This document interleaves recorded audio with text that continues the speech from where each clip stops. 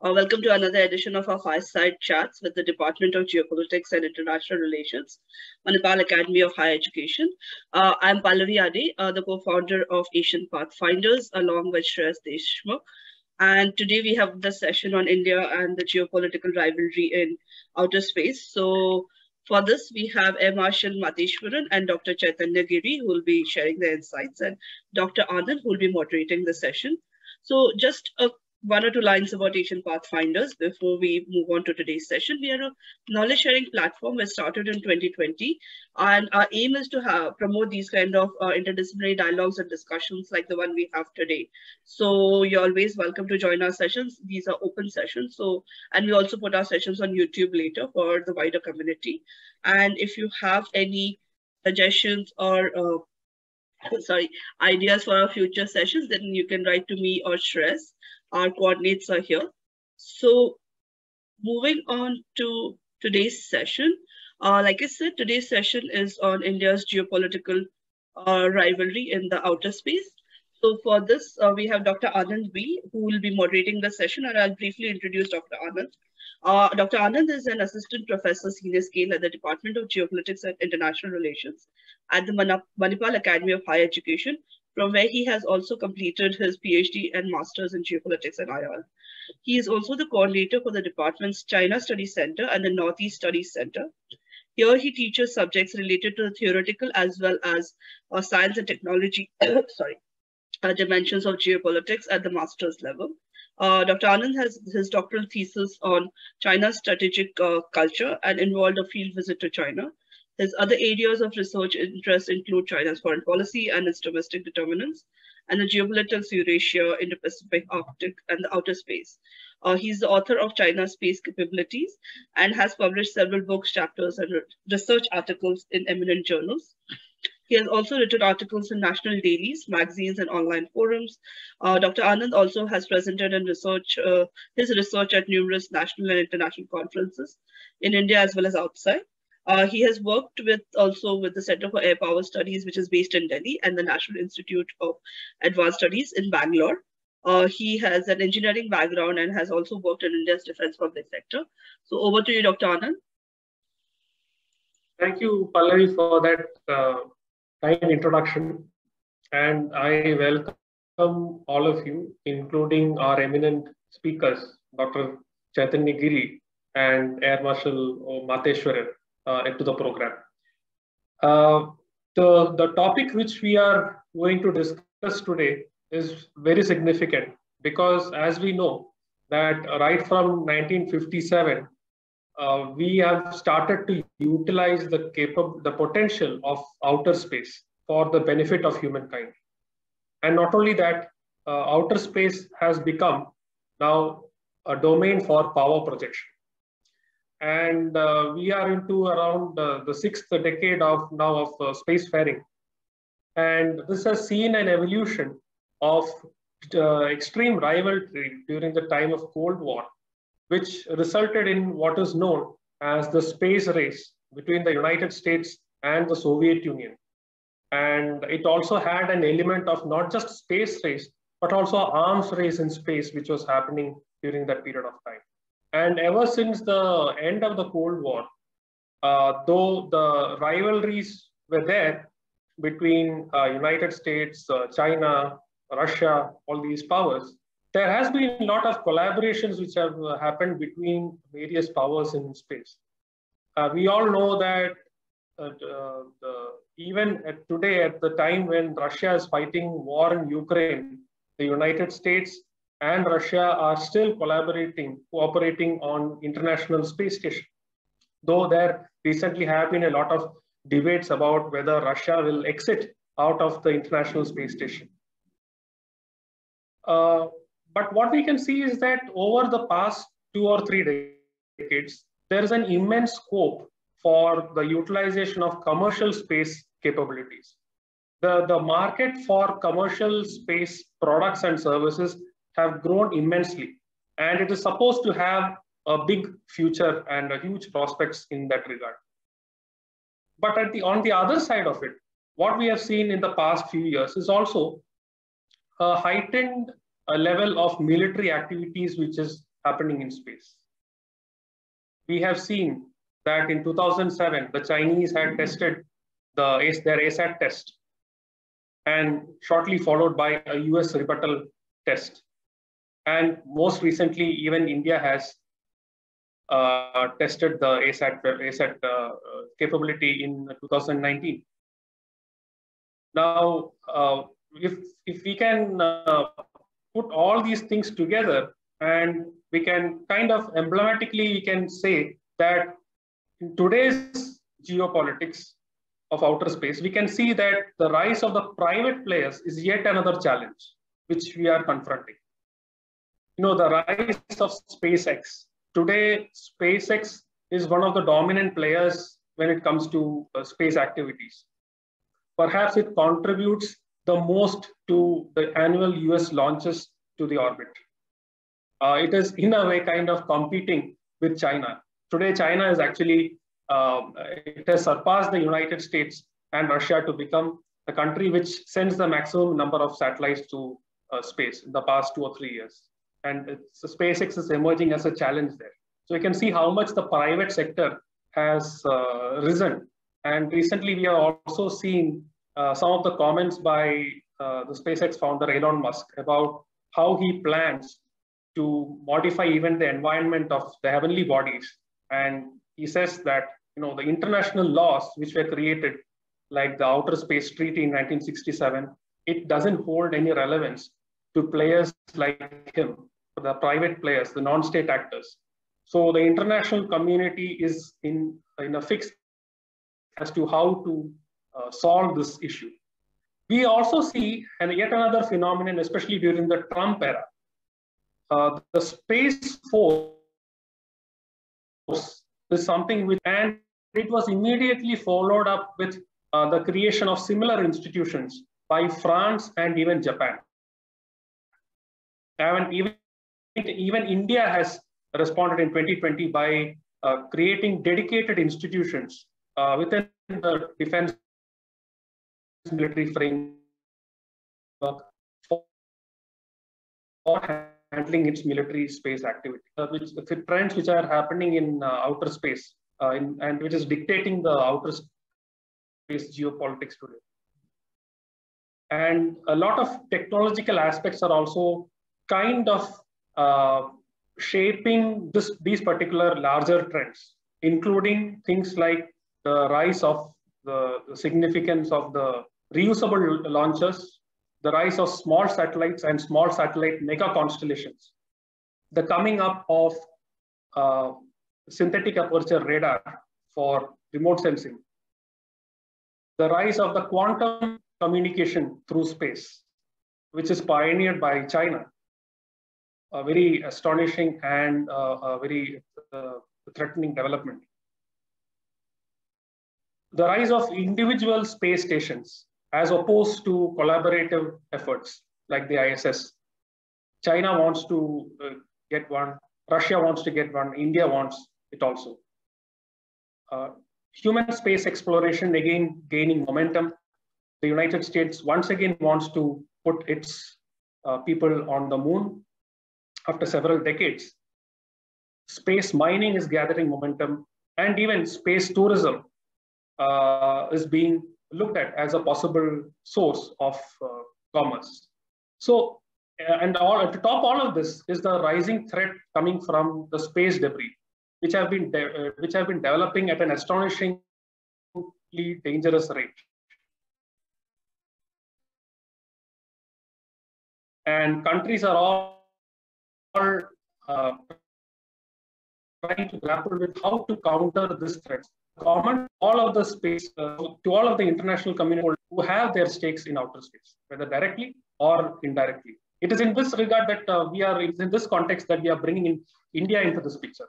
India also has a space program which is completing around 6 decades. If we think of the INCOSPAR as the start of India's space program in 1962. And from there on, India has very successfully and in a very meticulous manner, it has worked towards expanding its space capabilities, starting with its launch vehicles, with its indigenous launch capabilities, including when it comes to the geostationary launches, as well as today even trying to send Indians to space, Gaganyaan, and not to mention about its own demonstration of its ASAT test after around 12 years of preparation.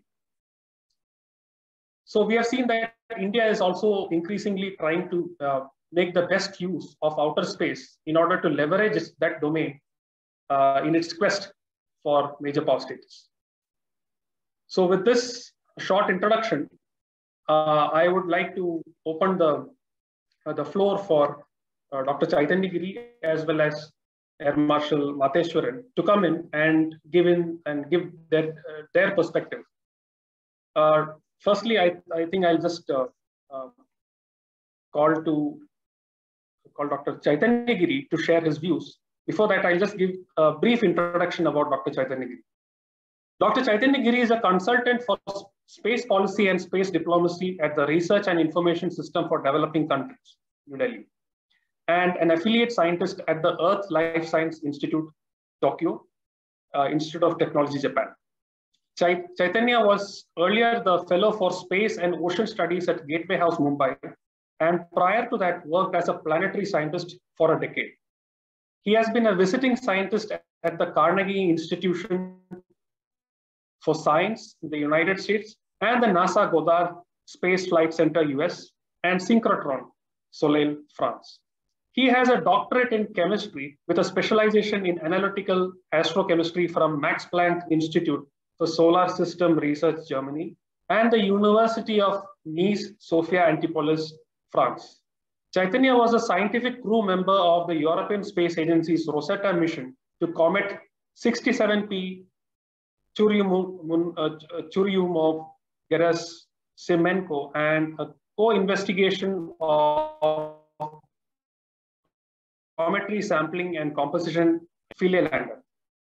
He is a recipient of several fellowships and awards, including the 2014 Dieter Rampacker Prize for the Max Planck Society, Germany, and the 2016-18 ELSI Origins Network Fellowship by the John Templeton Foundation, US. He has consulted the National Security Council Secretariat at the Prime Minister's Office in India and was also nominated member of the International Cooperation Review of the Ministry of Science and Technology and the Ministry of Earth Sciences, Government of India. He speaks regularly on public forums and teaches at various domestic and international and academic institutions. He's the author of the book, India in the Space Age of Interplanetary Connectivity, which we have also got for our library here, and has written several book chapters, policy reports, and white papers, and articles in prestigious peer-reviewed journals. His areas of specialization include space exploration science, space R&D industry and technology strategy, comparative astropolitics and space diplomacy, and space economy and industry 4.0. And it is basically in this area of space economy, space diplomacy, as well as the space industry that we would like Dr. Chaitanya to speak more about when he talk about his views about India and the emerging great power rivalry in outer space. Once again, welcome, Dr. Chaitanya. The floor is yours. Thank you very much, Professor Anand, for that very elongated introduction. It wasn't supposed to be that way for me. You know, as you see, I've transitioned from sciences into whatever I'm doing right now. And while I was doing that, I realized that there is a massive gray area in India's space capacities. And that gray area is not only limited to sciences, but that gray area extends into the commercial analysis of space, the way our commercial sector, India's commercial sector sees outer space, the way our humanities, our academia sees outer space, and our vision of outer space collectively has been quite myopic, and it has been too rudimentary. It has been a thing of the first space age, as I have written in that book. We have now entered the second space age. And when did that happen? That happened some 10-15 years ago when there was this great emphasis on bringing in private sector in the US to start launching their logistics supply to the International Space Station, sending astronauts to the International Space Station, and simultaneously have commercial players at the center stage of getting all and sundry launched into the Earth's orbits. Okay, so this great emphasis was sort of mimicked later on in Europe and then subsequently to an extent in China. I won't say Chinese enterprises are completely private, they are quasi-private because there is always a stake of the Chinese government as well as the Communist Party of China in whatever any of their enterprises do. So while we were doing that, or while the world was doing that, we were actually quite content with the way things were going with ISRO at the center stage of India's space program. Now, ISRO is an institution with hardly a human resource of around 3 to 3.5 lakh, which also includes a lot of staff that is part of their administration or that is part of their daily upkeep. But the core scientific technical staff, the core staff that will commercialize ISRO's assets was missing quite vividly. And this wasn't looking good for India. And there was a great need of opening up the space sector for the private industries here. And that happened later on, as you know, in the month of May of 2020, when we were in the thick of the pandemic, the Indian government initiated those space reforms. And the idea behind that was that ISRO would hereafter assume two new roles. One is, or the Department of Space would assume two new roles. One is handhold the startups to get into the space sector so that there is a churn happening in the commercial industry of India so that they start accruing value out of any space activities that they perform. Secondly, so this was eventually a task given to an institution that is now known as InSpace. Now, this is based out of Ahmedabad. Then there was a new entity created known as New Space India Limited. And this entity is now supposed to be the commercial arm of ISRO. So if you want to get any satellite launched, let's say from a PSLV, you don't have to approach ISRO directly, you have to approach NSIL. And NSIL then becomes the interface. So what does that do? That gives ISRO a great role to focus only on R&D. They have over the years assumed roles that were beyond their remit or that were beyond their competence. Now, what has happened is we've created these new institutions, New Space India Limited, InSpace, ISRO, and as you rightly mentioned, the Defense Space Agency, which is taking a completely different mandate. And I'm sure, Air Marshal Matheswaran will speak about it. But let's talk about these three. What's happening right now? Why have we created them? Is there a gray zone? Are things looking as promising as they are? Are we going to the moon? Are we settling on the moon? Are we settling on the Mars? These are the questions that are coming to our minds. Is space going to contribute heavily to the India's GDP? Is that a question in our minds right now? Okay, will that happen very soon?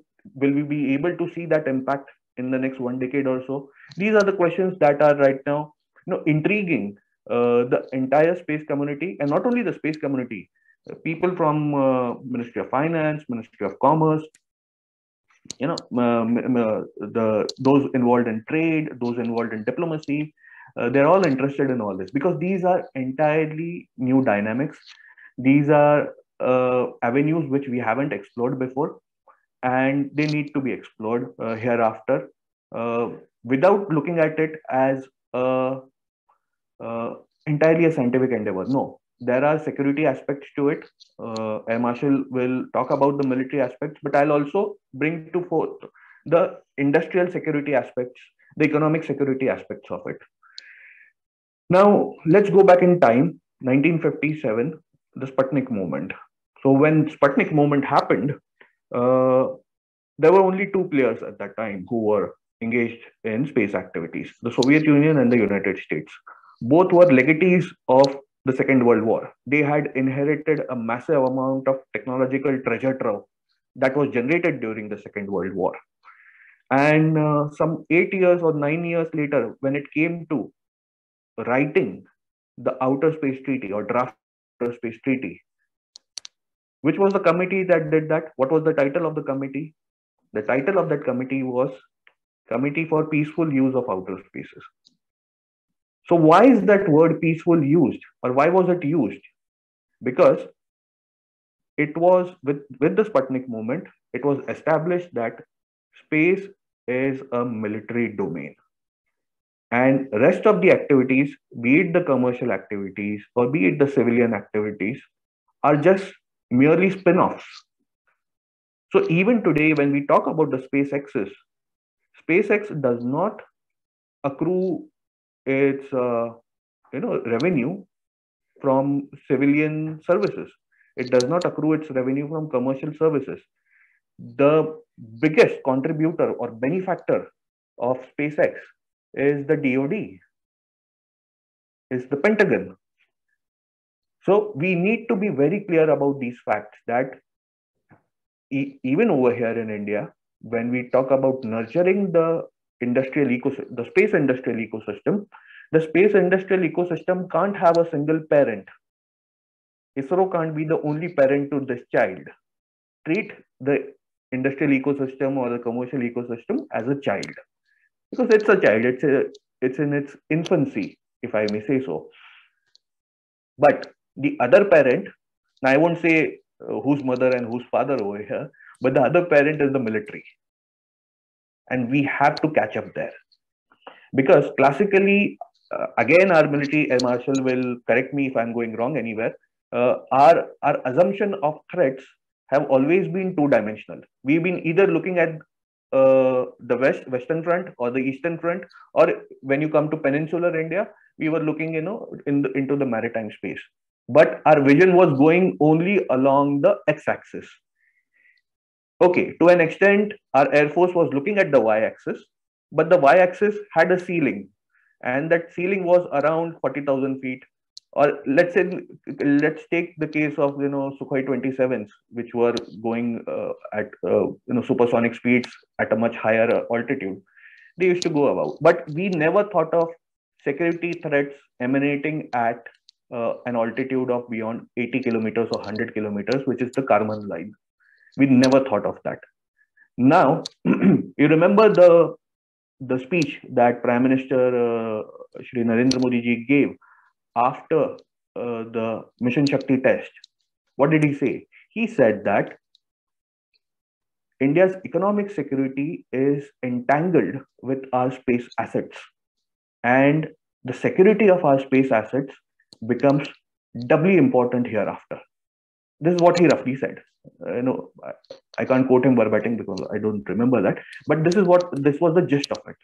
That your economic security here, all your telecom sector, your remote sensing sector, your PNT systems, your positioning, navigation, timing systems, your banking, your insurance, your transport, your railways, your air flight, your air travel, everything is intimately linked with space-based assets.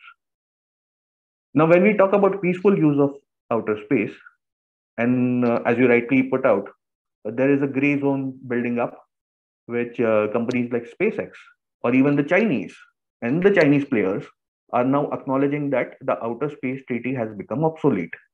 And that means many of the activities will impinge on each other's assumptions of sovereignty. Like, for instance, the Chinese say that their sovereignty extends up to outer space.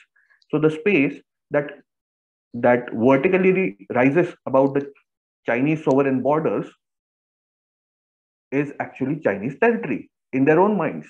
Do we agree with that? We don't agree with that. Or we don't know how to agree or disagree with that. Let me put it that way. Do we say that the space just above us, and I'm talking about the region which is beyond the airspace, which is the classical definitions of airspace, do we know or do we assume that this is our territory? Can we assert and exert our influence over there? So these are the new challenges that are coming up. Another big challenge is registration convention. So after the Outer Space Treaty was came to the fore, when it was ratified by most of the countries, it was followed by several other conventions. One of it is Registration Convention, where it is said that any institution which is sending in a satellite or a spacecraft into space, it needs to comply with the Registration Convention. It needs to register its object, and that registration should happen not directly through the institution, but through the nation state where that company or that institution is originating. What we have seen in the past 10 years or so is, because of miniaturization of satellites, because of new agile methods of building launch vehicles rapidly in a short duration of time, which we now call as on-demand satellite launch or space launches, it has now become possible to launch numerous satellites in a very brief period of time. And this capability is now not only residing with Russia or United States, which have been classical superpowers, but it is now growing into China. It is now growing into Europe. Japan is wanting that. We are on our way to build that. So that means increase in the number of satellites, increase in the number of objects in the Earth's orbits. And those who have the power to do that, those who have the capability to launch as many satellites as possible, are now going and creating squatters in the Earth's orbit. So they're squatting. So just like you see, slums being built, these are slums being built in the Earth's orbit. What to do with that? What to do with these slums? Because these slums are creating debris. And how do you attribute that? How do you attribute a certain debris? And we don't know to which country or to which institution does it belong, or to which entity, commercial entity does it belong. So these are, cascade effects that are being building up because of, greater access to outer space. And many of our existing treaties or our existing understandings are becoming obsolete. We don't know how to extrapolate them to modern needs of 21st century. And I must say 21st century for the space age began in 2011, when the space shuttle got retired, and when this new way of commercialization began.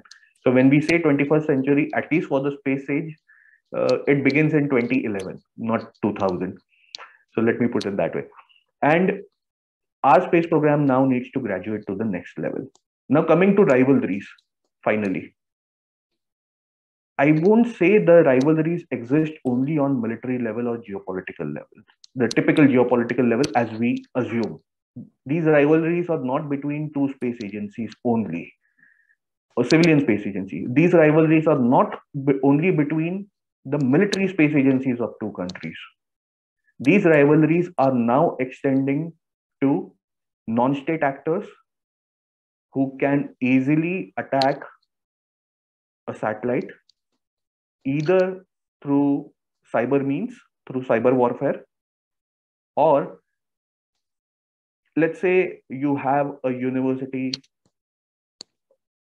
and university launches a nanosat as a student satellite.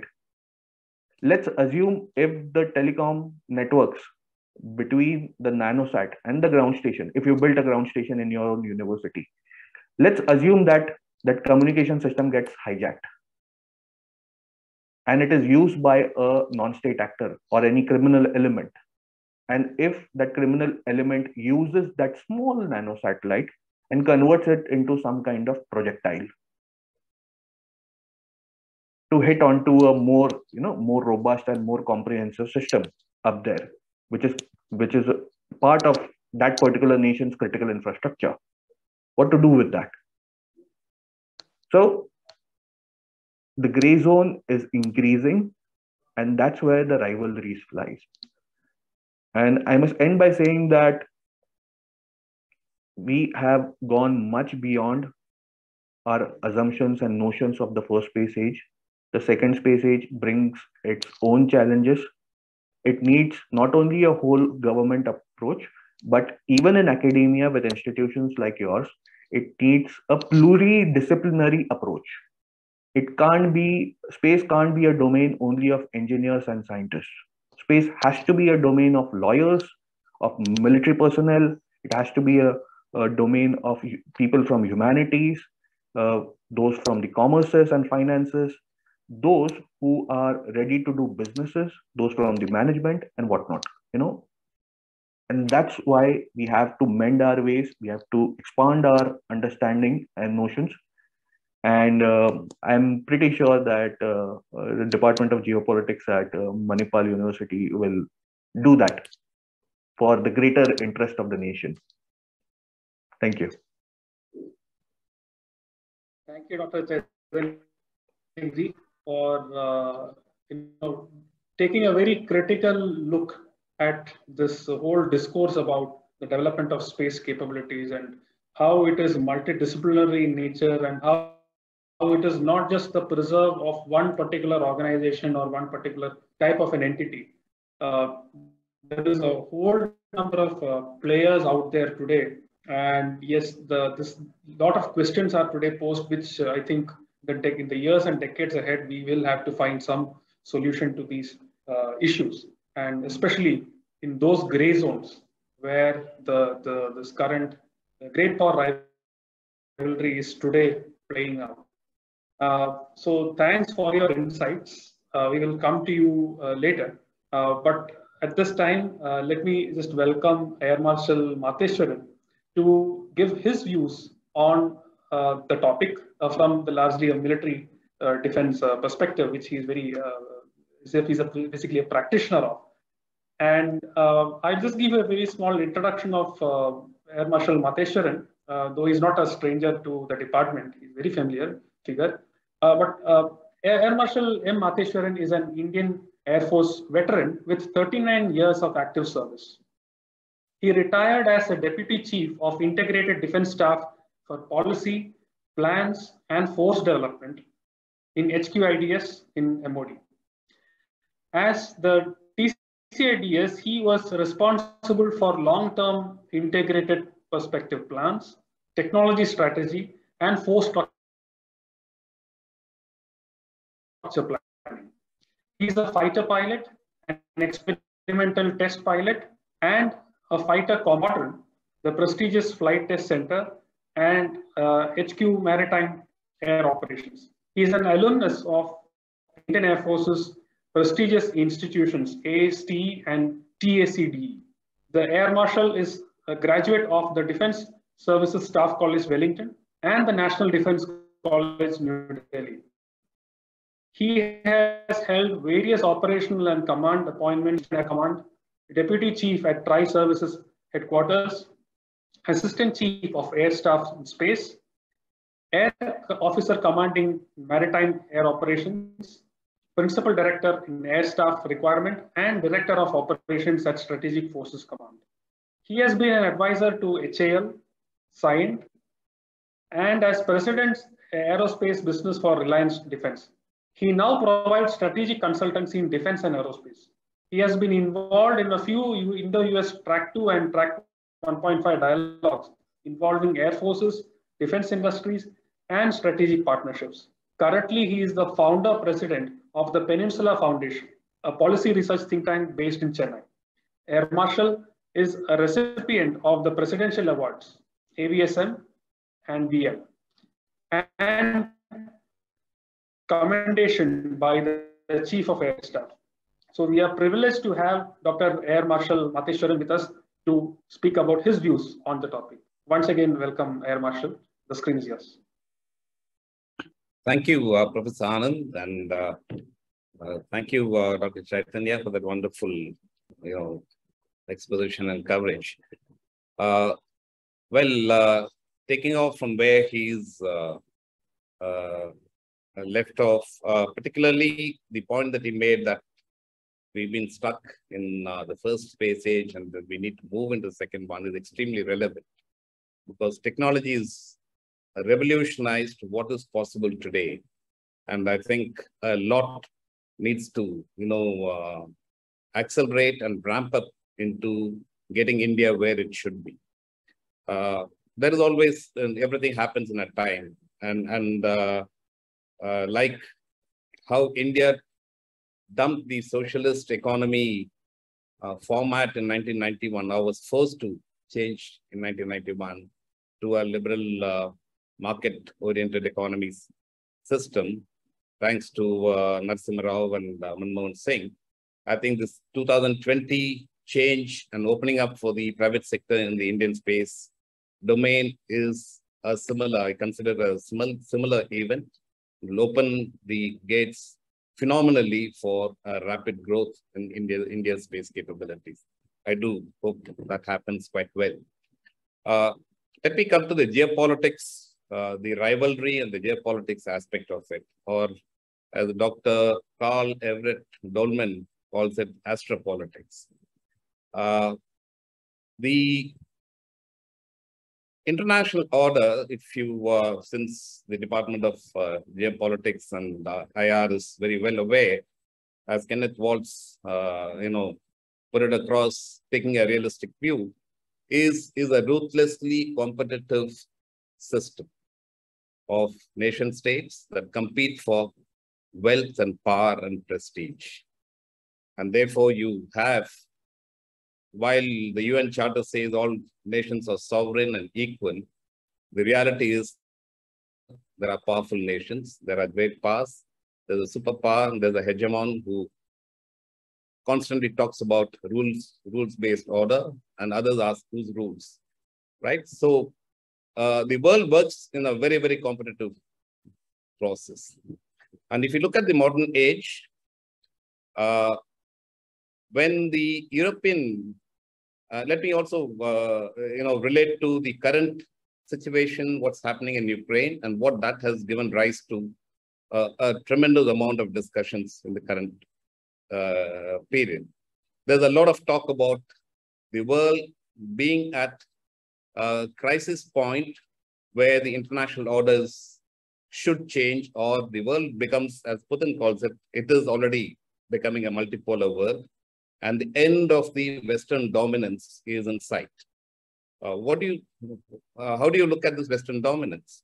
So I would put it back, take you back to the beginning of the modern period, when Renaissance facilitated the new technology access, new inventions, better navigation systems, better shipbuilding, and greater sailing ranges, and explorations all facilitated new lands.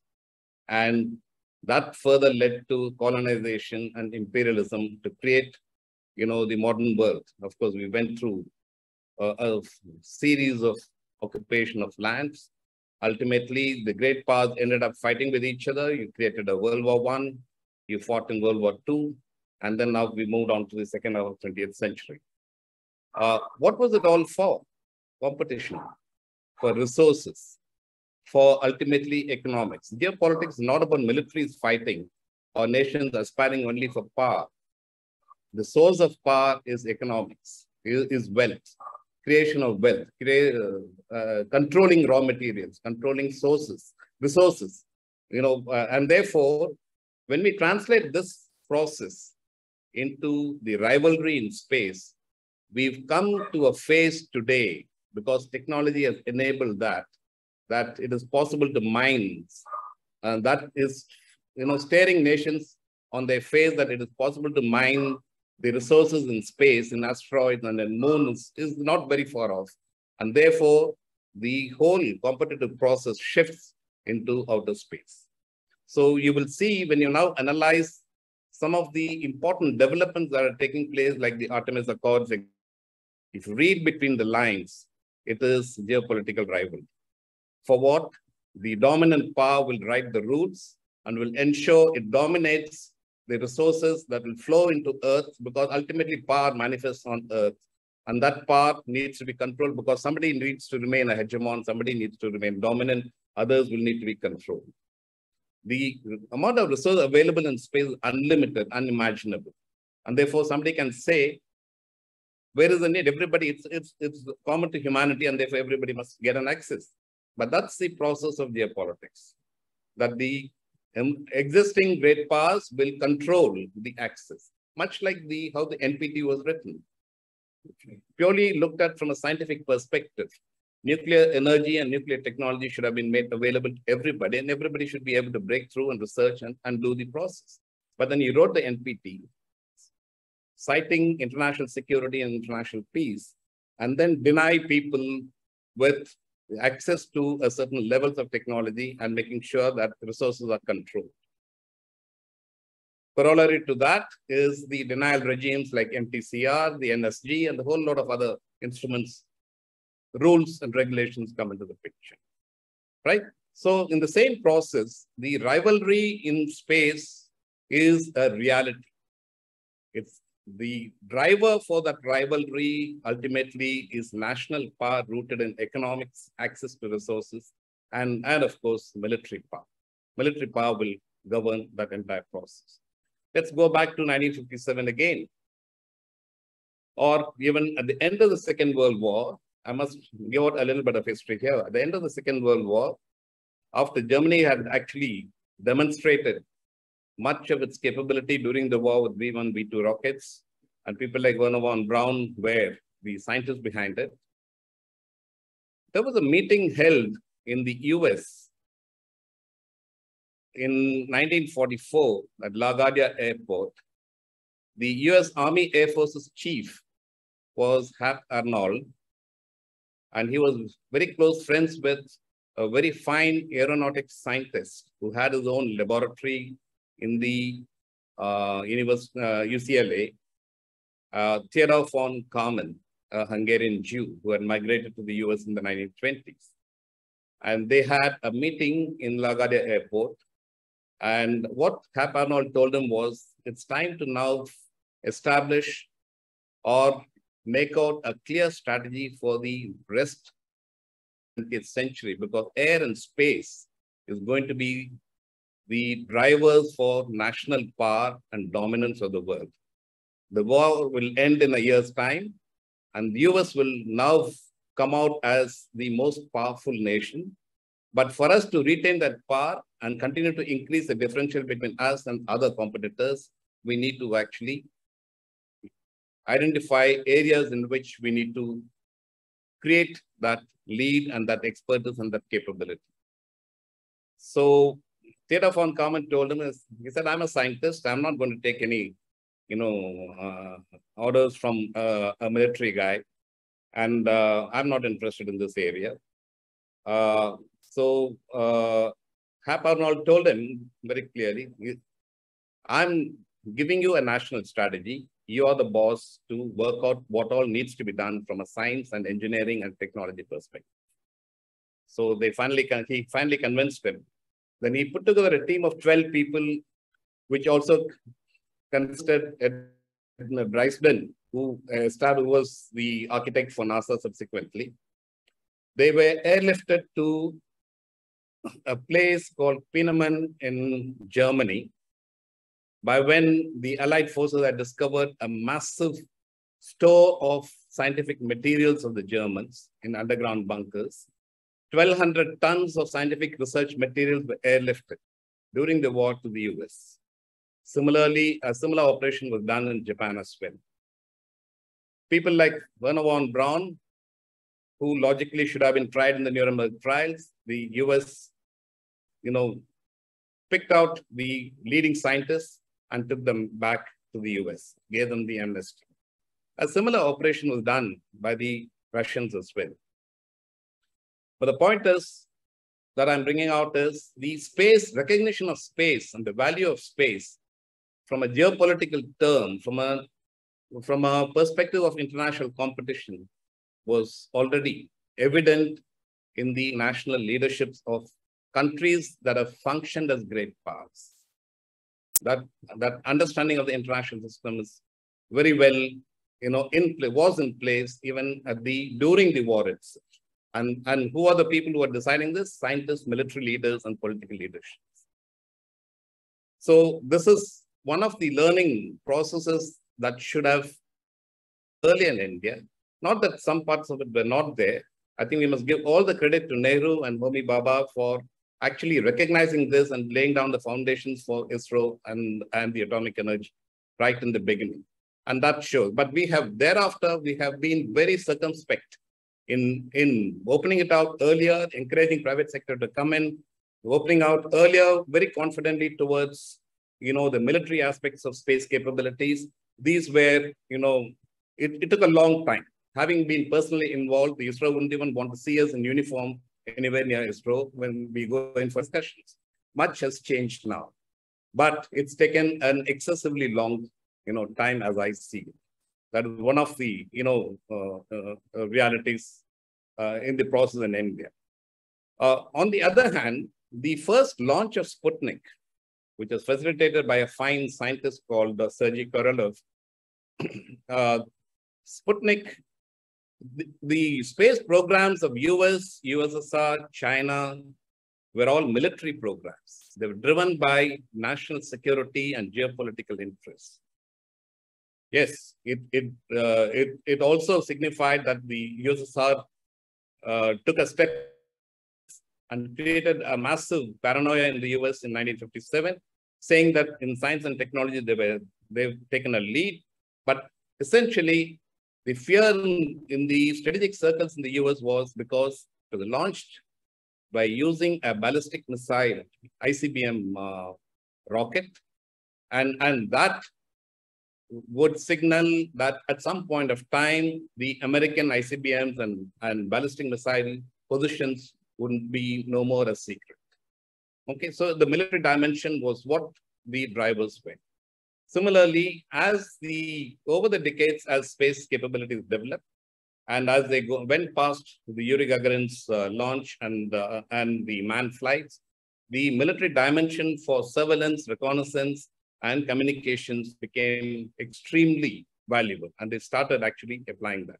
So you had the US, for example, each of the services had their space command right from the beginning, which actually worked on their strategies, their requirement, their technology. So it was driven by the military quite significantly. While exploration and the research was taken care of by the NASA, individual space commands worked on, the military aspects. And that also gave, along with DARPA and the other, the private industry, it gave rapid, developments. I suggest many of you should go back and read Alvin Toffler's books, and you'll realize that how the development of technology translating into a knowledge economy will actually play a major role in some of these decisions that are taken. Going back to Theodore Corman and Hap Arnold, in the years between 50s and 60s, Theodore Corman, after having actually set up what's known as the Scientific Advisory Board for the US Air Force, brought out a very fine report. And there was another gentleman called Vannevar Bush who actually handled the entire process of US military buildup during the Second World War. He was an industrialist, technologist who was brought in by Roosevelt. And I think he laid down the foundations actually for subsequent developments as well. So they brought out a book called, and it's available on the net, people must download and read it as well, Towards New Horizons. It shows you how far-sighted where the US Air Force and the Pentagon was in looking at what are the important areas in which they need to establish. Following this Towards New Horizons, which came out in the late 50s, in 1995, General Fogelman of the US Air Force ordered a study saying the technology is now caught up, particularly with the ICT and digitization, and the peer competitors are closing the gap, and therefore we need to find ways and means and strategize on how we increase the gap and build our lead and retain our hegemony. So this was the task given to an entire course of 1 year, brought in with leading lectures from industrialists and people like, again, Alvin Toffler, etc. And this report then was accepted by the US government and the Pentagon as a roadmap for the next 25 years. That study is called 2025, Air Force 2025. Based on that study, the DARPA brought out and the scientific community brought out another study called World Vistas, which identifies what are the technologies that need to be addressed. And space was the important element in both these studies. And if you go back and read those reports. Quite a lot of them, few are classified. There are 52 white papers and 4 or 5 are classified papers. If you read all of them, what is openly available, you'll find that the road that's over the last 25 years is pretty much aligned with these 2 reports. And this is, this is the strategic thinking that we need to look at. Now let's come back to the geopolitical rivalry again. So the Chinese, when you talk to the Russians, when I've met, I've asked some of them, how have the Chinese closed the gap so rapidly and climbed so fast? And he says, from the beginning, from the time of Maoist taking over control, the institutions for scientific research have maintained a continuity. And that has not been disturbed. And that direction has been given by the CCP quite well. And therefore, they were able to actually accelerate, particularly in space, their developments.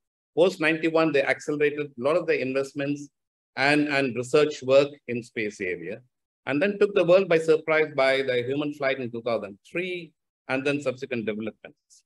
From 2005 to 2015, they averaged not less than 25 launches a year. Today, this year, they will create a record in world space history by completing 60 launches this year. Their rockets are powerful. The world's best rocket technology capability for launching maximum payloads is still dominated by the Russians. The Americans have taken the proton rockets and then finally bring out their own rockets. And even SpaceX, Elon Musk rockets, etc., have learned a lot from the Russian, expertise. But the Chinese have built quite well. And I think last year they tested one of their most powerful rockets. More importantly, they have 4 launch bases. And therefore, their ability to address, the military dimension in space has always been the most prominent. 60% of the satellites, there are, I think, close to 4,000 satellites in operation today. 60% of them are all dual use, with some of them very dedicated military satellites, like the keyhole satellites for surveillance. So space has a tremendous impact on how the world functions in terms of maintaining an international order, maintaining international security, and great powers establishing and retaining their position. C4ISR, the command and control, intelligence, surveillance, and reconnaissance is the most important element. Whether you call it as remote sensing, it still plays into ISR, right? If you have dedicated satellites, then you have an ability to actually dominate the scene depending on what are your revisit times. So let's come to where is India now in this entire process? For the reasons that, Dr. Chaitanya mentioned, ISRO, as decades progressed, its plate was too full. They were not able to handle everything. The national development requirements were one, and the military requirements are coming in. Because of their access and dependence on certain critical technologies, they were not openly coming out in talking about the military requirements and addressing them, quite openly. So there were a lot of constraints that are playing into their process as well. And as a result, ISRO was not averaging more than 4 to 5 launches a year for quite some time. And I think that changed about 5 years, 6 years back when they said, okay, we will cross 12, we'll cross 18. And again, it's taken a dip during the pandemic. I think probably we'll get back again now. But more importantly, the military began. I did my PhD on the relevance of aerospace power, and I was looking at both aviation and space as a combination. My way of looking at space capability is to go back and understand the fusion that plays into space today, primarily on account of aviation, space, communications, and computers. And that process, we began to raise noise in the late 1990s and early 2000s. The Air Force projected a need for creation of an Air Force Space Command, and recognizing that our assets will be the first to come down in the event of a major conflict with China. And therefore, we need to actually now create the military instrument to be able to start looking at these strategies and these protection measures. Cybersecurity assumes a lot of importance as well. But the turf wars kicked in And in 2005 to 2007, the three services were fighting internally rather than looking at quickly establishing a specific space agency. Finally, we established a space cell, integrated space cell in IDS in 2007, which now it's taken another decade. And last year, I think we converted that into a defense space agency. Logically, we should have already created a full-fledged space command. Okay, so anyway, we are nevertheless moving ahead as a progress. But in terms of ISR requirements or constellations, we are still far behind. If you want to look at, let's say, our intelligence satellites, our AutoSat series, etc., at any one time, we are not having anything more than 4 operational. We need to have a minimum constellation of 8 satellites at any one point of time. And in terms of communications and in terms of, coverage over strategic area of interest, which quite naturally the prime ministers very often have said, from Aden to Malacca Straits and from Central Asia to the middle of the Indian Ocean. I think we need to accelerate what we need in terms of assets and coverage. The last point before, there's still a lot to talk, but I think I don't want to take more time before we get into interactive process. The last point is about the NAVIC. We've created our NAVIC system, and that plays an important role in creating, addressing the security issues. But the 8 satellites or the 7 satellites, and I've recommended that instead of 7, start with 11, and then plan on graduating upwards. Like the Chinese have done. Chinese now, Beidou is fully operational. The impact of Beidou is that, along with BRI, the Beidou will play a combination of security, technology, and economics will interface to create what the Americans now are fearful about, is will create a Sino-centric economic system, economic order in the Eurasian continent. If we are still far behind, then we are actually fighting a challenge from behind rather than being a step ahead. We could have been a step ahead, but of course there are technology challenges, which Dr. Chaitanya will know about that. But these are the stages where we are. The challenges are many, but we at least have recognized how we need to go. And the private sector can play a major role, provided we accelerate launch on demand capabilities, give it to private sector. Like this Chairman ISRO has said, the PSLV will be transferred to the private sector. And similarly, create the kind of required ISR, coverage on a 24/7 basis, the way we want. I'll stop here and I look for questions now. Thank you. Thank you, sir. That was a very comprehensive coverage of the need for actually strategic thinking, which basically helped propel the United States to the heights of space power, and something which India at that point of time kind of came up with, but again lagged behind. And I think he also touched on similar themes, similar critical themes like what Dr. Chaitanya Giri also had mentioned. Thank you for bringing up a lot of these historical aspects which we didn't know much about, and also on your especially suggestions, to which I'll come to very shortly. I will just flag a few questions to both the speakers now, and we can individually respond. And after that, we can get the questions from the audience and the students.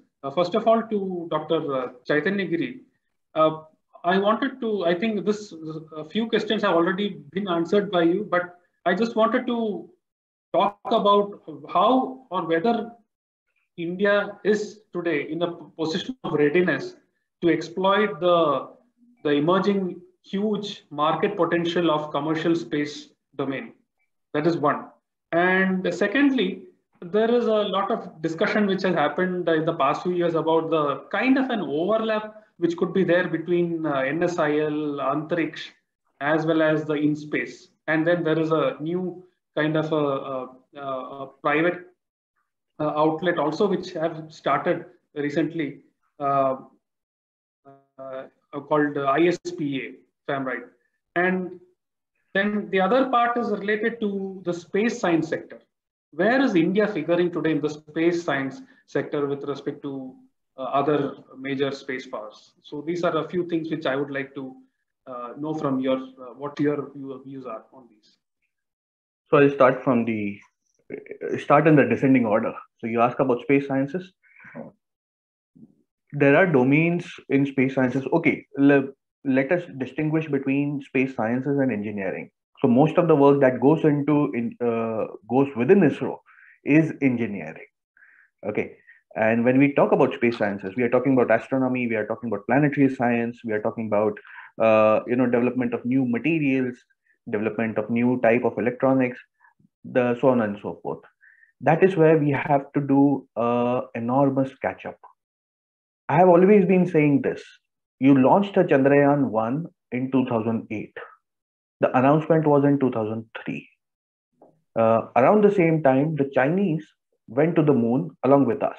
There was this group of 4 to 5 spacecrafts that went to the moon. Thereafter, it took us 11 years to go to the moon the next time. So Chandrayaan 2 happened in 2019. And during these 11 years, the Chinese went to the moon 4 times. Okay.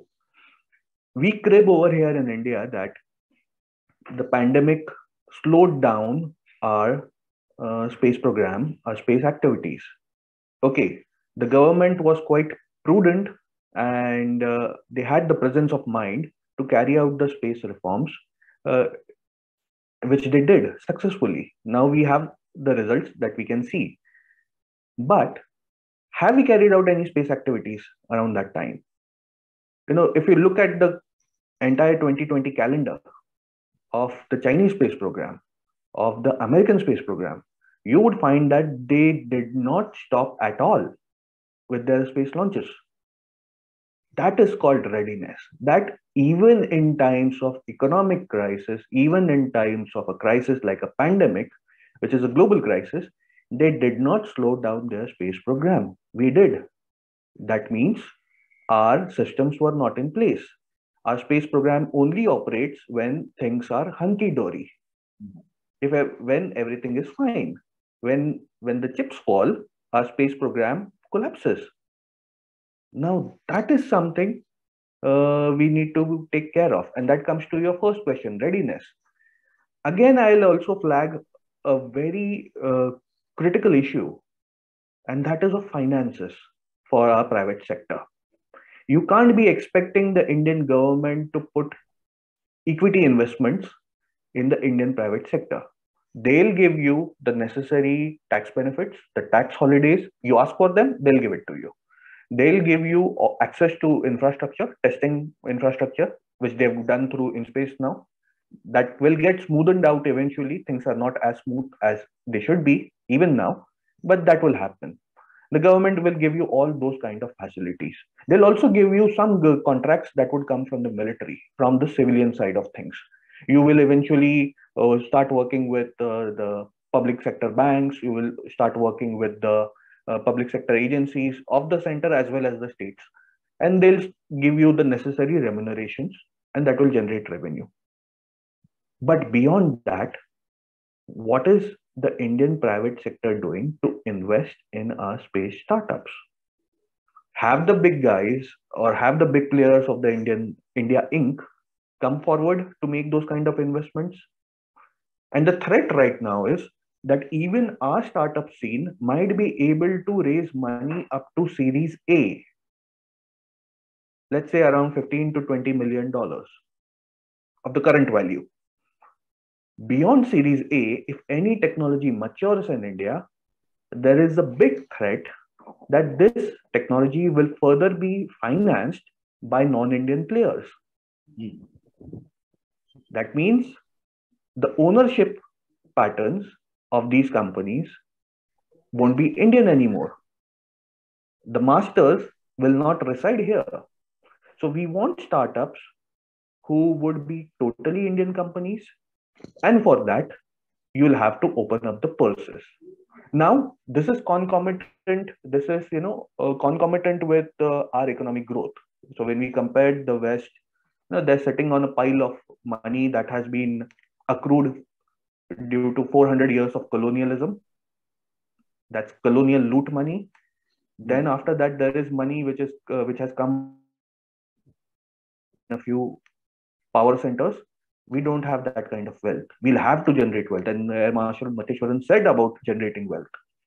So you'll have to make sure that your wealth generating capacities and your space capacities are rising simultaneously. They can't be supplicant to one another.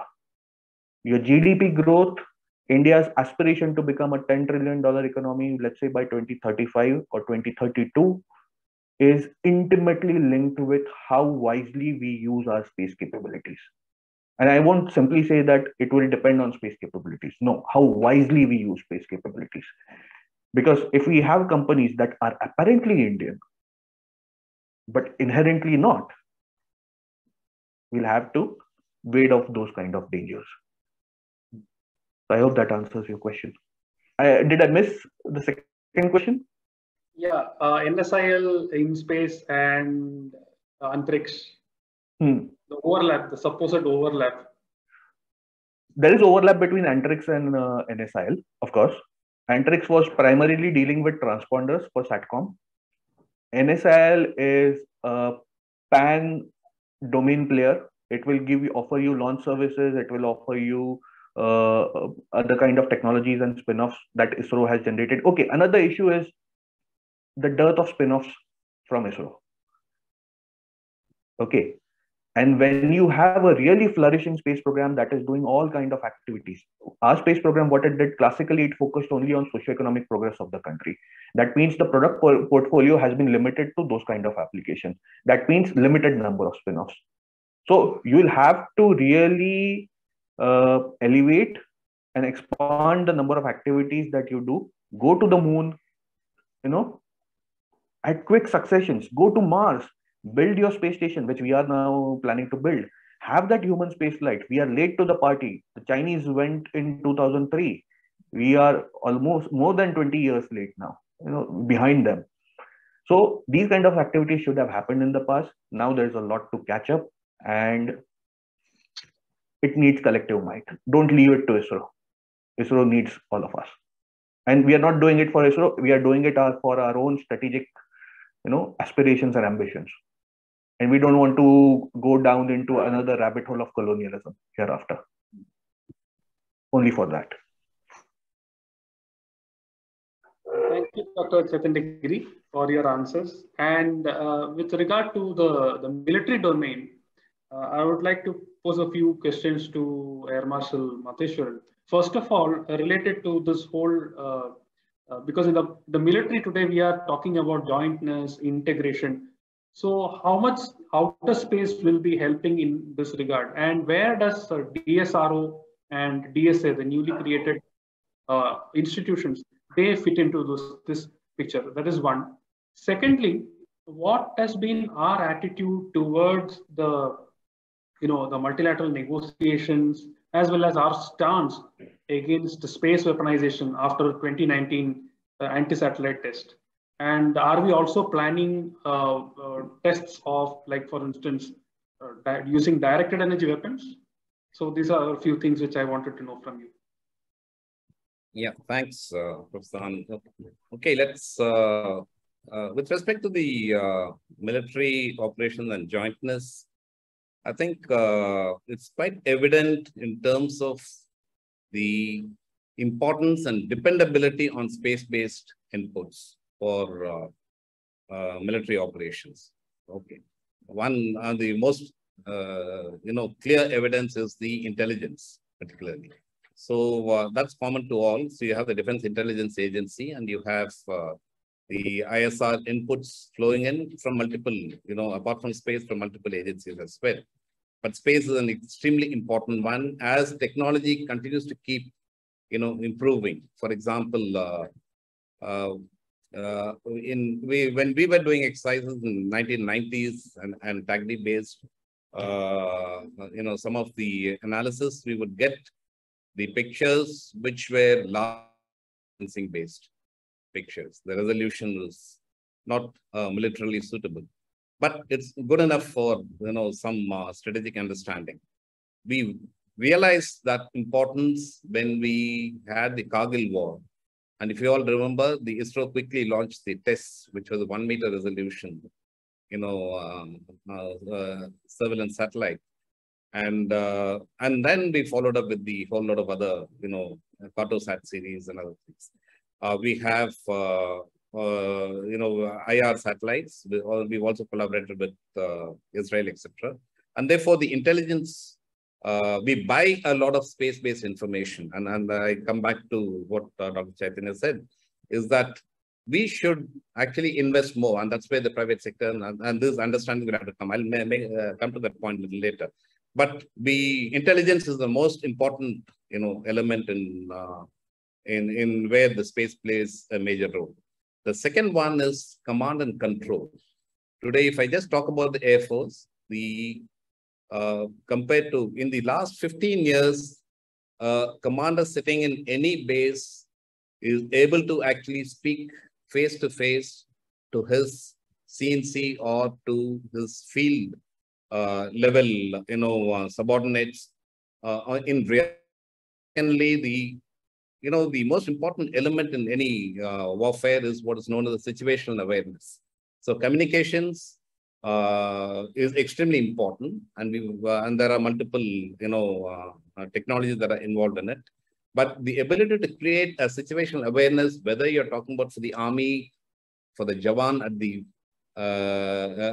platoon at the border, or in a battlefield, and want to know what's happening with his colleagues few miles away. Today's technology is able to actually enable you that, and that space-based navigational system inputs plays a major role, and that's why the importance of NAVIC becomes extremely important. So the space has extremely important role.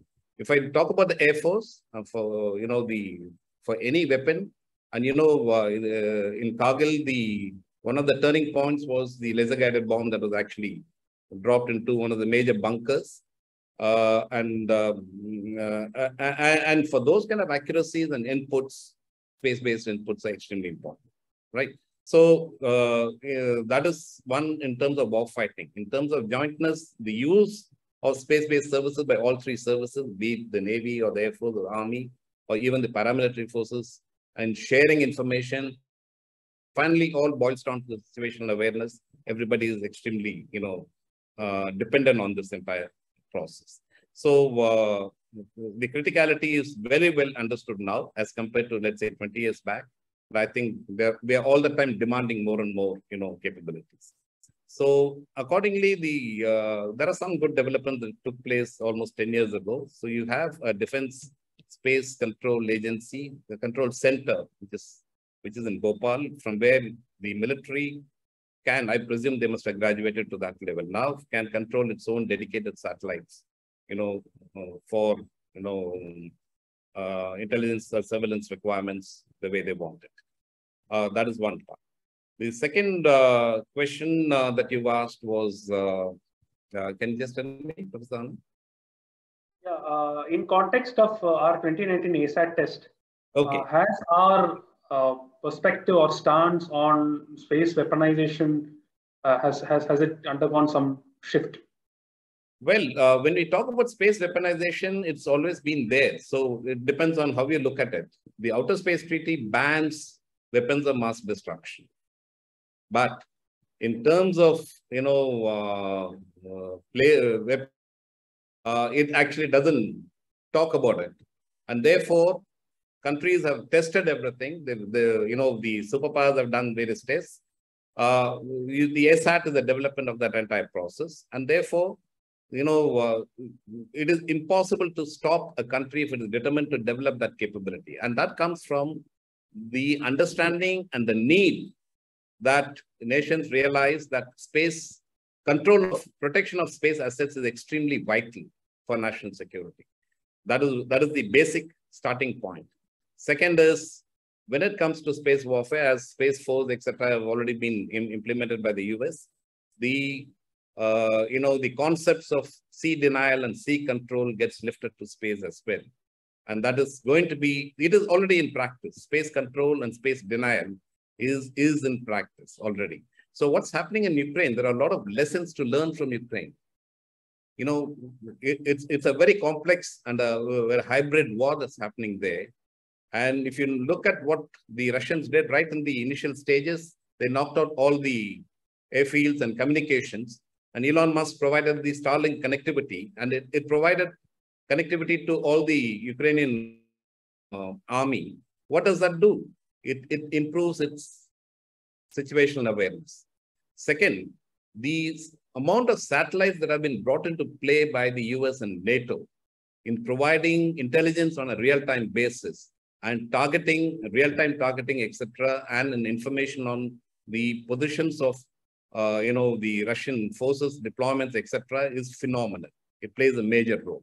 The Moscow sinking is clearly wouldn't have been possible by Ukraine if the American inputs on intelligence have not been given there.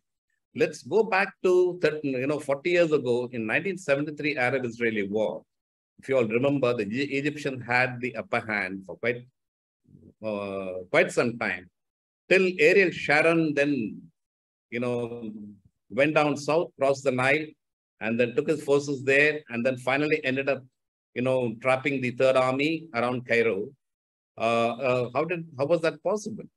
A critical observation from space by the US in understanding confusion in terms of command and control between two armies of the Egypt was identified, and that is the gap through which Ariel Sharon took his forces across and caught the Egyptians by surprise. So this is going to be extremely important, very, very important. So with anti-satellite weapons and space control and space denial, I think India has sent out a message to China very clearly, and these concepts will become more and more relevant as years go by, and you need to develop those capabilities.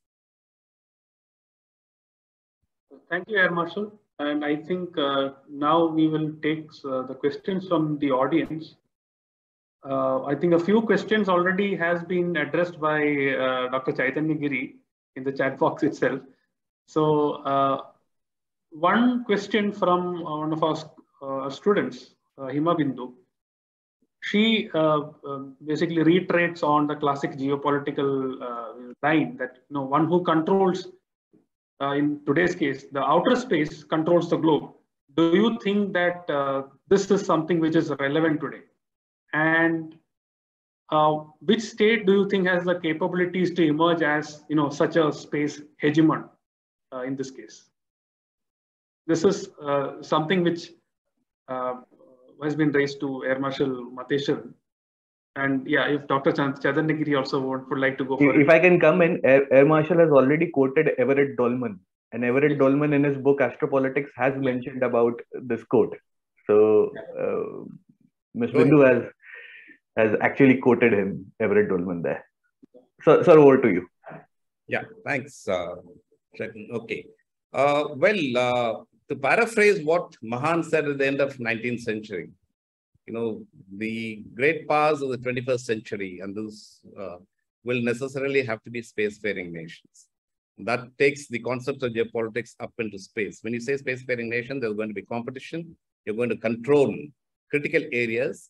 More than 30 years ago, there were already scientists or strategists who were actually writing, saying that there will be a great competition for control and dominance of Lagrange points, L1, L2, L3.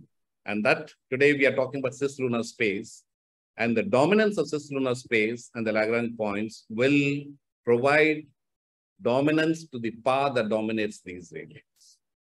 And how is it playing out today? So let me, bring out the Artemis Accords. What are Artemis Accords?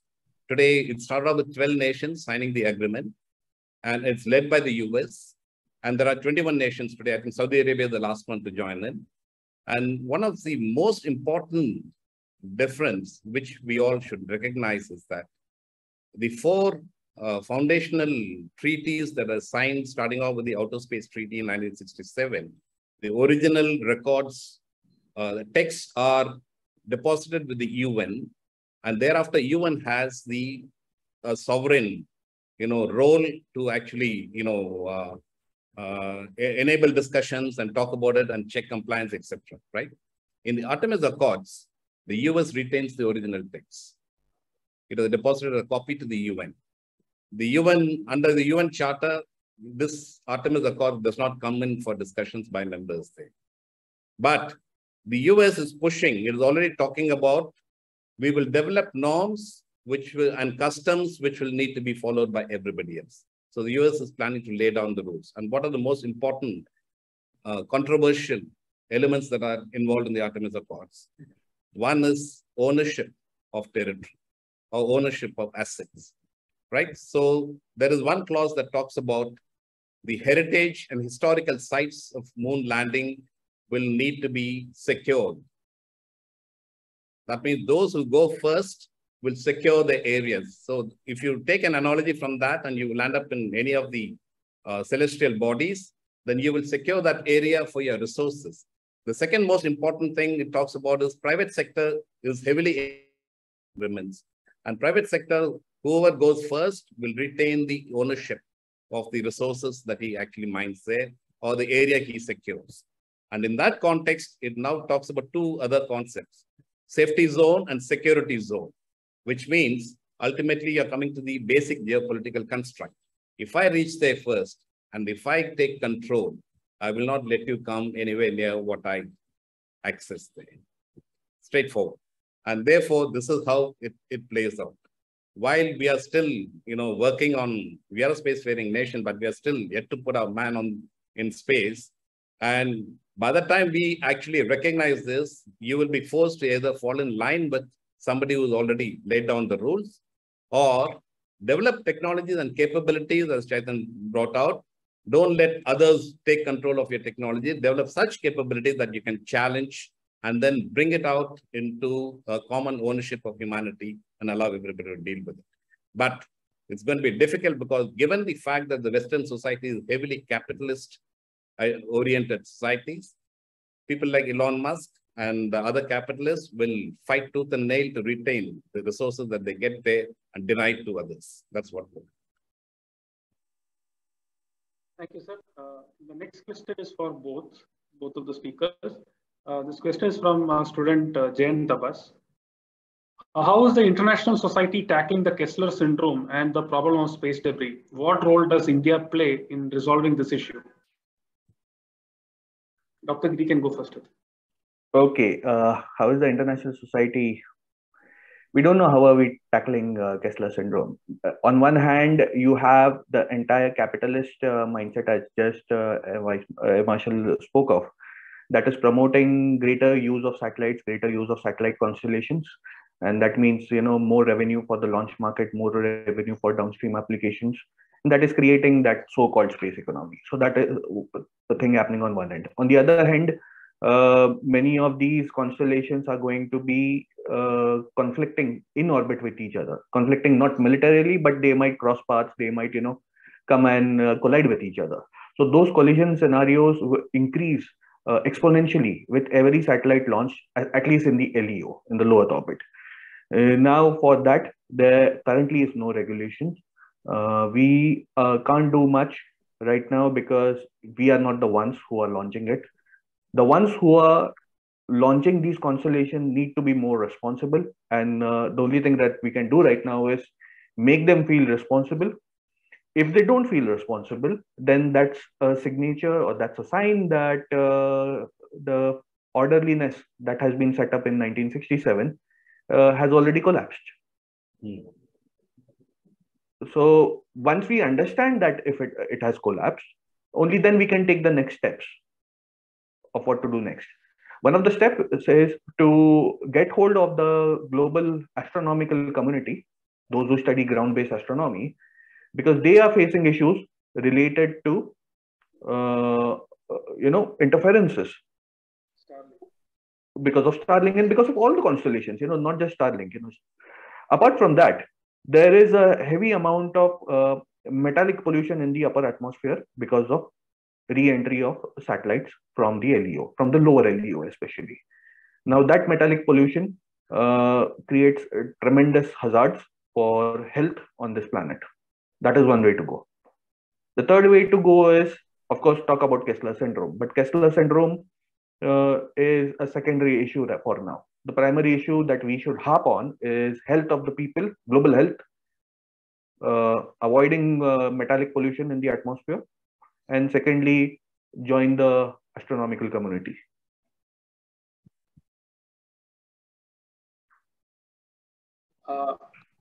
Thank you, Dr. Giri. Air Marshal? Yes.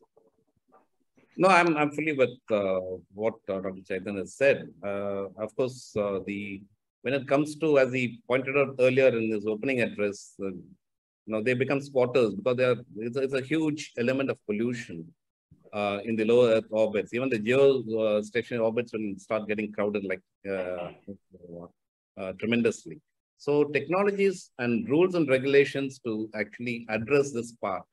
I think during this space conclave, somebody mentioned that there may be a rule of taking out your satellites after 4-year time period or something, so that you allow the spaces to be cleaned.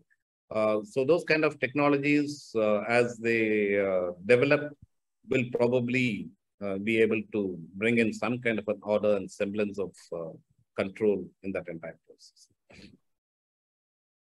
Thank you, sir. And thank you both the speakers for engaging with the questions and also for enlightening us. Thank you very much for taking time out of your busy schedule for giving us your perspectives on the great power rivalry in outer space, as well as what role India can play. And thank you for also being very frank and candid when it comes to a critical perspective, or raising critical perspective on what actually we are lacking and where we actually need to work on. That is, I think, is one of the biggest takeaways from this particular discussion. And I'm very sure our students and the rest of the audience would have benefited immensely from both of your knowledge. And yes, we would like to see both of you physically in Manipal sometime soon. And I immensely thank Asian Pathfinders, Pallavi and Shreyas, for, as usual, doing a great job in coordinating and making this event possible. And so looking forward to more such collaborations with both of you and with the Asian Pathfinders. I thank all of you and the audience. Thank you, Professor Anand, and thank you, Dr. Chaitanya. It was a pleasure to be with you today. And thank you, Pallavi and Shreyas, for this great opportunity. Thank you, sir. Entirely my honor, sir. Thank you, Pallavi, Shreyas. Thank you, Professor Anand. We'll see you soon. Thank you. Have a good weekend, everyone. Take care. Take care. Bye.